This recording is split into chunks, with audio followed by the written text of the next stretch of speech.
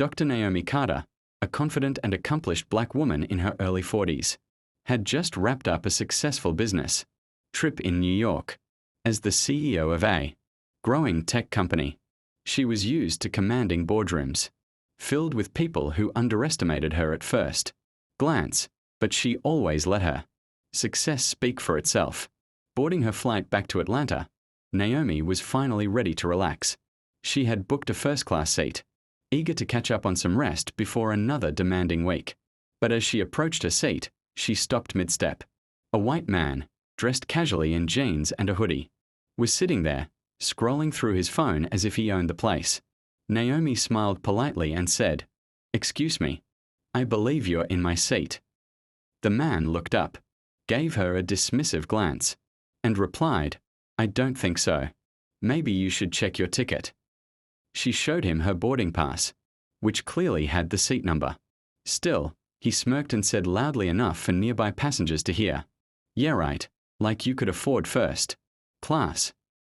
The remark drew uncomfortable stares from those around them. Naomi's calm demeanor didn't waver. She simply pressed the call button for the flight attendant. When the attendant arrived, Naomi explained the situation, showing her ticket again. The man interrupted, insisting that there must be a mistake. The attendant checked both tickets, and indeed, the man was assigned a seat in the economy section.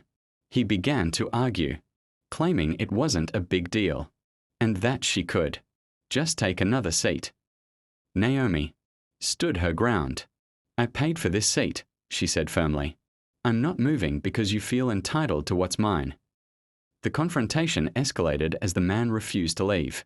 When the attendant called for the captain, the man grew angry, muttering that people like her always play the victim.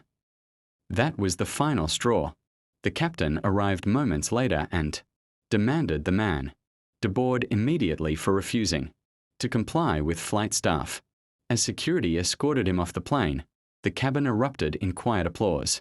As the plane finally took off, Naomi sat in her rightful seat, her composure intact.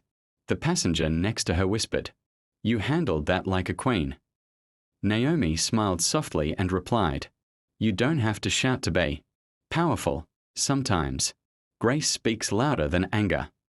When they landed in Atlanta, news of the incident had already gone viral, inspiring thousands. Dr. Naomi Carter didn't just reclaim her seat that day.